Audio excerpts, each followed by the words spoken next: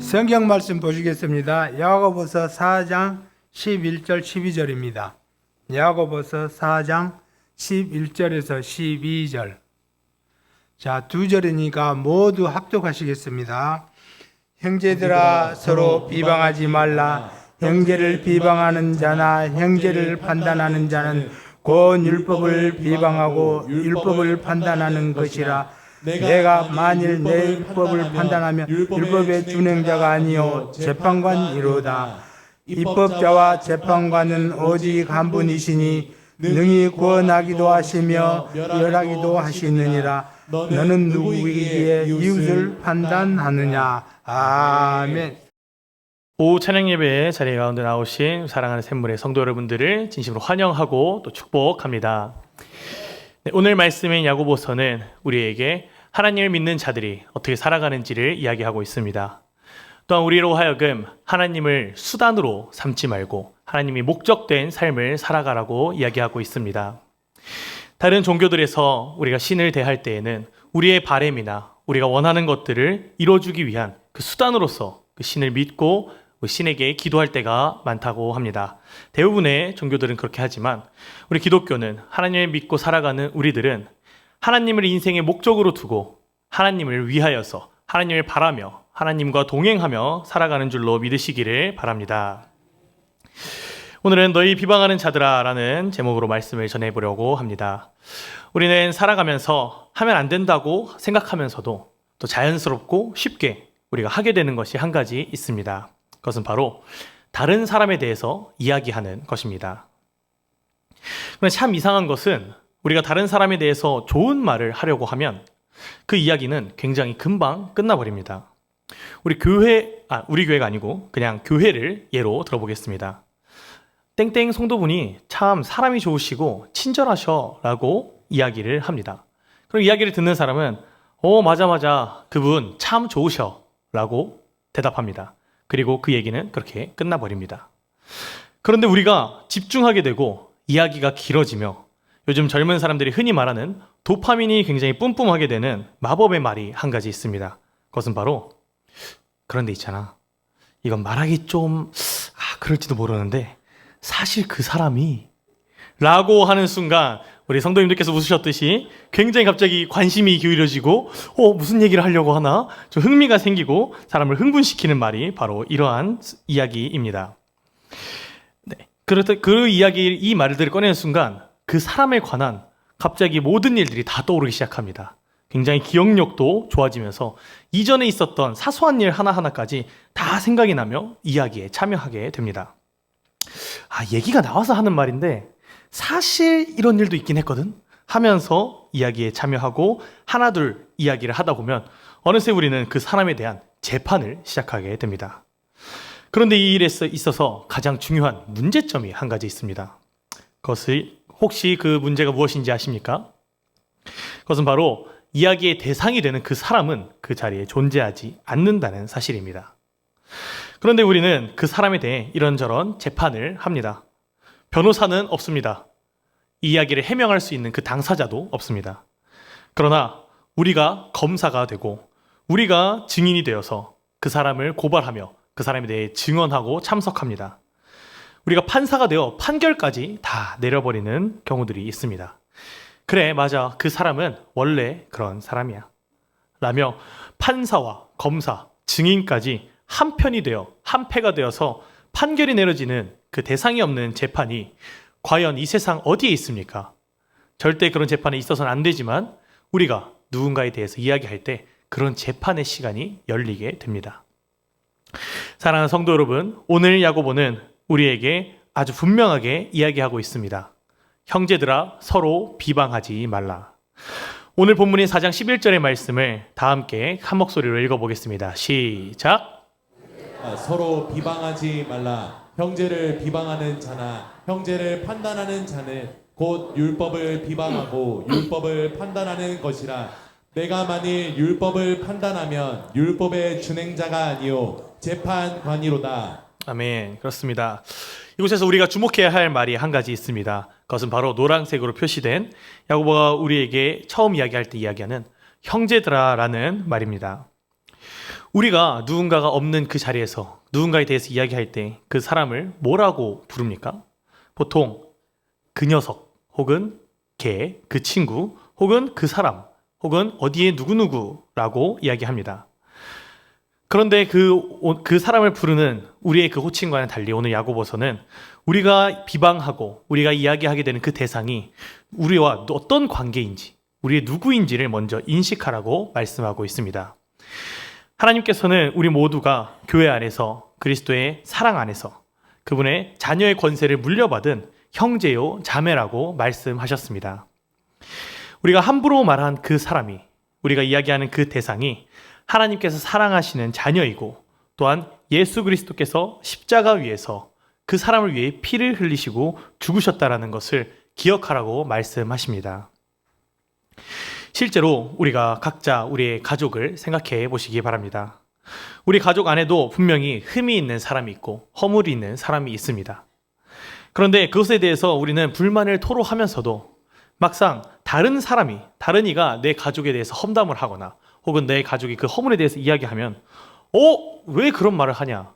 내 가족은 욕해도 나만 욕한다 라면서 내 가족을 감싸주고 내 가족을 보호해주는 것이 가족 안에서 가족된 관계의 모습입니다. 내 가족의 허물을 동네방네 이야기하며 말하고 다니는 것은 어쩌면 내 얼굴에 내가 침을 뱉는 것과 같은 일입니다. 정말 사랑하는 가족의 관계라면 그 가족 사이라면 그 내 가족이 잘못했을 때 그것을 고쳐주려 하고 그리고 잘못하고 넘어졌을 때에 함께 있어주고 함께 일으켜주고 도와주려고 하는 것이 정말 사랑하는 가족의 관계일 것입니다. 그런데 우리는 교회 안에 한 형제 자매의 그런 관계임에도 불구하고 때론 누군가 넘어졌을 때 손을 내밀어 주는 것이 아닌 손가락을 먼저 내밀 때가 있습니다. 내 가족을 손가락질하며 내가 너 그럴 줄 알았다. 내가 너 이렇게 될 줄 알았다라며 비방하거나 혹은 그 잘못을 감싸주고 보호해주기보다는 그것을 질타하는 경우가 생깁니다. 그때 하나님은 우리에게 말씀하십니다. 너가 비방하는 그 사람은 나의 자녀이다. 그리고 또한 너의 형제이다. 사랑하는 성도 여러분, 우리가 우리의 형제 자매 안에서 잘못한 것을 발견했을 때에 그 잘못보다 먼저 그 잘못을 보기보다는 먼저 그 잘못을 한 그 사람이 하나님께서 자녀라 여기시는 사람임을 기억하시기 바랍니다. 하나님께서 자녀라 여기시는 그 자녀가 나와 형제된, 나와 자매된 그 사람으로서 내가 사랑으로 감싸줘야 되는 사랑인 줄로 믿으시기를 바랍니다. 그 사람을 바라볼 때에 내 형제임을 기억하고 내 자매임을 기억하여서 잘못을 비방하기보다는 사랑으로 먼저 감싸주시는 우리 샘물의 성도 여러분들 되시기를 주님의 이름으로 축원드립니다. 다음으로 야고보서는 오늘 우리에게 우리가 비방하는 것이 율법을 비방하고 율법을 판단하는 것이다 라고 이야기하고 있습니다. 어찌 남을 비방하는 것이 율법에 대한 판단과 비방이 된다는 말입니까? 하나님의 말씀은 그 이유는 하나님의 말씀이 우리에게 우리가 서로 사랑하라 라고 가르쳐주고 계시기 때문입니다. 하나님은 우리에게 우리가 좋아하고 사랑할 만한 그 사람만 사랑하고 좋아해라 라고 말씀하시지 않습니다. 결코 우리에게 우리 마음에 잘 맞고 우리 마음에 합한 사람만을 좋아하고 사랑하라 라고 가르쳐 주시지 않았습니다. 그런데 우리는 때로는 우리와 정말 맞지 않는 사람, 정말 변하지 않는 그 사람을 바라보며 역시 사람은 고쳐 쓰는 게 아니다 라는 말을 쉽게 내뱉곤 합니다. 그리고 나와 안 맞는 그 내가 그 사람을 사랑할 수 없다라고 판단하고 결정 내려 버립니다. 이것은 아주 위험한 신앙의 상태입니다. 이것은 바로 재판관의 자리에 내가 앉게 되는 것. 그곳에 내가 앉아서 원래는 그곳에 앉으셔서 재판을 하셔야 될 하나님을 그 자리에서 끌어내리고 내가 그 자리에 앉아 누군가가 변하지 않을 것이라고 그리고 나는 그 사람을 사랑할 수 없을 거라고 판단하고 판결을 내려버리는 아주 위험한 상태임을 기억하셔야 합니다. 오늘 12절 말씀은 그런 우리에게 아주 날카로운 질문을 던집니다. 12절의 말씀을 함께 읽어보시겠습니다. 시작! 입법자와 재판관은 오직 한 분이시니 능히 구원하기도 하시며 멸하기도 하시느니라. 너는 누구이기에 이웃을 판단하느냐? 아멘. 그렇습니다. 오늘 우리에게 던지는 아주 날카로운 질문, 노란색 글씨로 표시된 바로 이 질문입니다. 너는 누구이기에 너의 이웃을 판단하느냐? 대체 하나님께서 언제 우리에게 다른 사람의 인생을, 다른 사람의 모습을 판단할 권한을 주셨냐는 것입니다. 언제 우리에게 그 재판관의 판단봉을 맡기셨냐는 말입니다. 입법자도 재판관도 오직 우리를 지으신 창조주, 우리를 구원하신 하나님 아버지 한 분이신 줄로 믿으시기를 바랍니다. 비방 그 자체도 문제가 됩니다. 하지만 그것보다 더욱 문제가 되는 것은 그 비방할 때의 그 모습이, 그리고 그 판결이 우리로 하여금 우리를 하나님보다 높은 자리에 앉게 하는, 우리를 그 자리에 앉혀놓는 교만의 문제라는 것입니다. 우리가 다른 누군가를 판단하지 못하는 또 다른 이유가 한 가지 있습니다. 그것이 무엇입니까? 바로 우리는 그 누구도 어떤 우리가 비방하게 되는, 우리가 바라보게 되는 그 한 사람의 인생을 전부 다 알 수 없다라는 이야기입니다. 우리는 설령 가족끼리일지라도 혹은 부모와 자식 간의 관계일지라도 그 속마음을 온전히 알 수가 없습니다. 모든 1분 1초의 시간과 순간들을 다 함께 할 수 없습니다. 그렇기 때문에 그 사람을 온전히 이해하고 받아들일 수가 없습니다. 우리는 그럼에도 불구하고 그 전부를 모르는 채 판단하고 이야기합니다. 우리가 어떤 책을 한 권 읽는다고 생각해 봅시다. 근데 그 책의 초반 두세 페이지를 다 읽었습니다. 근데 두세 페이지만 읽고서는 이 책의 내용은 이런 내용이다. 이 책은 이런 이야기를 하는 책이야 라며 그 책의 내용을 결론 짓고 마무리해버립니다. 그렇다면 그 사람은 그 책을 제대로 읽은 사람이라고 과연 우리가 이야기할 수 있을까요? 결코 그렇지 않습니다. 이것은 우리가 사람을 볼 때와 또 마찬가지입니다. 우리는 한 사람의 인생이라는 그 책을 다 보지 못했습니다. 그리고 다 볼 수 없습니다. 그렇지만 우리가 그 사람의 그 책의 한두 페이지 혹은 10페이지, 20페이지만 보고서 우리는 그 사람을 판단합니다. 사람에 대해 이야기합니다. 우리는 그래서는 안 되지만 우리의 그 인생의 책을 단 한 글자도 잊지 않으시고 다 기억하시고 아시는 분이 한 분 계십니다. 그분께서는 우리가 사람들에게 말하지 못했던 그 아픔도, 그리고 아무도 보지 못했던 눈물도, 그리고 그 사람이 왜 그렇게 행동했는지에 대한 그 마음 깊은 곳까지 아시고 이해하시는 한 분이 바로 계십니다. 그분이 바로 우리의 하나님 아버지이십니다. 그러므로 그분만이 우리의 삶의 판단자가 되시며 누군가를 판단하시며 결정하실 수 있는 결정권자가 되시는 줄로 믿으시고 기억하시기를 바랍니다. 우리가 함부로 판단해서는 안 되는 한 가지 일이 교회 안에서 있습니다. 그것은 바로 누군가의 섬기는 모습입니다. 모든 성도가 다 삶을 통해서 자신들이 느끼고 생각하는 바를 행하고 섬기고 있습니다. 그리고 그 섬기는 영역과 그의 정도가 있을 것입니다. 물론 우리는 모두가 열심과 정성을 다해서 나의 힘이 다하는 순간까지 하나님의 영광을 위하여서 섬기고 사랑함으로 살아가야 하는 사명이 있습니다. 그렇지만 그것은 우리 인생의 최종 목적지이며 우리가 끝없이 하나님을 위해 달려나가야 할 방향이고 목적지인 것입니다.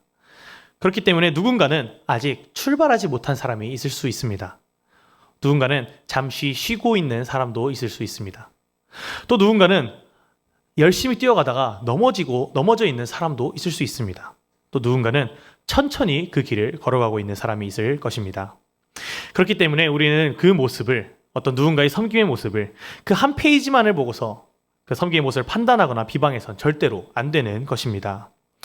물론 그 모습 가운데에, 누군가의 모습 가운데 잘못된 모습과 행동이 있을 수 있습니다. 오늘의 말씀은 잘못된 모습을 보고서도 무조건적으로 눈 감고 넘겨라, 그 죄를 죄라고 이야기하지 말라라고 말씀하는 것이 아닙니다. 우리 교회 안에서 어떤 성도의, 누군가 나의 형제의 잘못된 모습이 있다면 그것을 하나님 말씀 앞에서 우리는 먼저 분별해 봐야 합니다.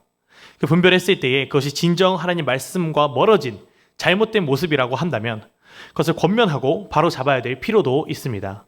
물론 이 바로잡는 과정 또한 올바른 교육자를 통해, 그리고 또한 직분자들과 당회를 통해서 이루어져야 되는 것이 가장 좋은 길입니다. 그러나 잘못된 그 행동이 아닌 사람 자체를 우리가 판단하고 그 사람의 모습에 마침표를 찍어버려서 이 사람은 원래 이런 사람이니 변하지 않는다. 결코 사람은 고쳐지지 않는다라고 결정짓는 것은 이것은 그 사람을 변화시킬 수 있는 하나님의 말씀에 능력이 없다라고 이야기하는 것입니다. 하나님의 능력이 없다라고 이야기하는 것과 같은 이야기입니다. 하나님은 아직 그 사람의 인생을 끝내지 않으셨습니다. 마침표를 찍지 않으셨습니다. 베드로를 한번 생각해 보시기 바랍니다. 우리는 베드로가 예수님을 부인했을 그때에 예수님께서 물론 베드로를 다시 찾아가셔서 베드로가 자기를 깨트리고 변화되어서 주님께서 그 사랑을 아신다라고 고백했던 것을 우리는 알고 있습니다. 그러나 이 후에 이를 우리가 모른 채, 우리가 성경을 읽지 않은 채 베드로가 예수님을 부인했을 당시 그 모습만을 가지고 베드로를 판단한다면 어떻게 예수님의 제자가 예수님을 모른다 할 수 있냐? 어떻게 예수님이 가장 힘드신 그때에 예수님을 떠나버릴 수 있냐라며 베드로를 비방하고 그는 예수님의 제자라 할 수 없다라고 판단했을 것입니다. 그렇지만 예수님께서는 베드로의 그 인생에 베드로가 부인했던 그 순간에 마침표를 찍지 않으셨습니다. 그리고 다시 베드로를 찾아가셨고 베드로를 다시 일으키시고 그에게 다시 한번 사명을 맡겨주셨습니다. 우리 또한 마찬가지입니다. 우리 인생에서 우리가 하나님 아버지 앞에 실수하고 넘어졌던 적이 없겠습니까? 어쩌면 분명 베드로보다 더 부끄럽고 더 못한 그 모습을 하나님 앞에 비췄던 적도 있으실 것입니다. 저도 그랬던 적이 있습니다. 제가 고등학생 때에 너무 부끄럽지만 제가 좋아하고 만났던 그 연인과 헤어지고 그것이 너무도 분하여서 하나님 앞에 욕을 퍼부었던 적이 있습니다.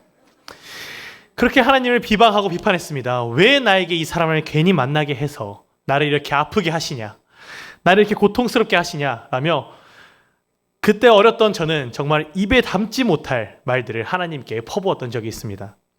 그리고 그 모습이 하나님을 아버지라 부르는 나의 모습과 너무 상반되어 회의감이 들어 정말 하나님을 아버지라 부르는 그 아버지라는 호칭조차 부르지 못했던 순간이 있었습니다. 그런데 그랬던 그 순간, 그때에 하나님을 아버지라 부르는 것조차 부끄러워 말을 못했던, 기도하지 못했던 저의 삶에 하나님께서는, 예수 그리스도께서는 저를 찾아와 주시고 처음으로 인격적으로 저를 만나 주셨습니다. 그렇게 저를 만나 주셔 저를 죄에서 자유하게 하시고 그 당시 제가 가장 미워했던 어떤 친구들을 향해서 그들도 예수님을 만날 수 있기를, 그리고 예수님께서 그들을 찾아가 만나 주시기를 간절히 무릎 꿇고 기도했던 예수님과의 첫사랑의 기억과 경험이 있습니다. 그 하나님의 은혜가 우리 이 자리에 계신 모든 성도님들 가운데에도 있을 줄로 믿습니다. 그 은혜로 여기까지 온 우리가 우리에게 베풀어 주신 그 은혜를 우리의 형제들에게 베풀지 못할 이유가 무엇이 있겠습니까? 말씀을 맺도록 하겠습니다.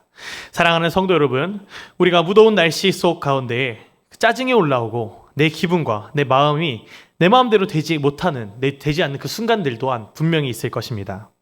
어쩌면 가정에서, 나의 일터에서, 교회에서도 그런 순간들이 생길 것입니다. 그러나 오늘 말씀을 기억하시기 바랍니다. 나의 형제를 바라보며, 실수하고 잘못한 그를 바라보며 쟤는 대체 왜 저래? 라고 생각하는 것이 아니라 저 사람에게 무슨 일이 있었던 것일까? 혹시 어려운 일이 있거나 근심하고 마음에 어려운 것들이 있지는 않을까라고 생각해 주시기 바랍니다. 어떤 사정이 있진 않을지 한번 고려해 주시는 우리 모든 성도 여러분들 되시기를 소망합니다. 누군가를 정죄하는 재판관이 되지 마시고 사랑으로 품어주는 하나님의 용서를 받은 자, 하나님의 사랑을 먼저 받은 자가 되어서 그 사람을 사랑으로 품어주시기를 소망합니다. 우리가 항상 주일마다 이야기하는 굿5가 있습니다. 한번 띄워주시겠습니까? 함께 읽어보겠습니다. 시작! 좋게 생각하고, 좋게 보고, 좋게 듣고, 좋게 말하고, 좋게 행동합시다. 네, 오늘 말씀과 같이, 그리고 이 굿5와 같이 다음 한 주간 우리가 살아가며 정말 나의 형제를 좋게 생각하고, 좋게 말하고, 좋게 보고, 좋게 행동하며 좋게 말하는 그런 우리 사랑하는 모든 샘물의 성도 여러분들 되시기를 주님의 이름으로 축원드립니다.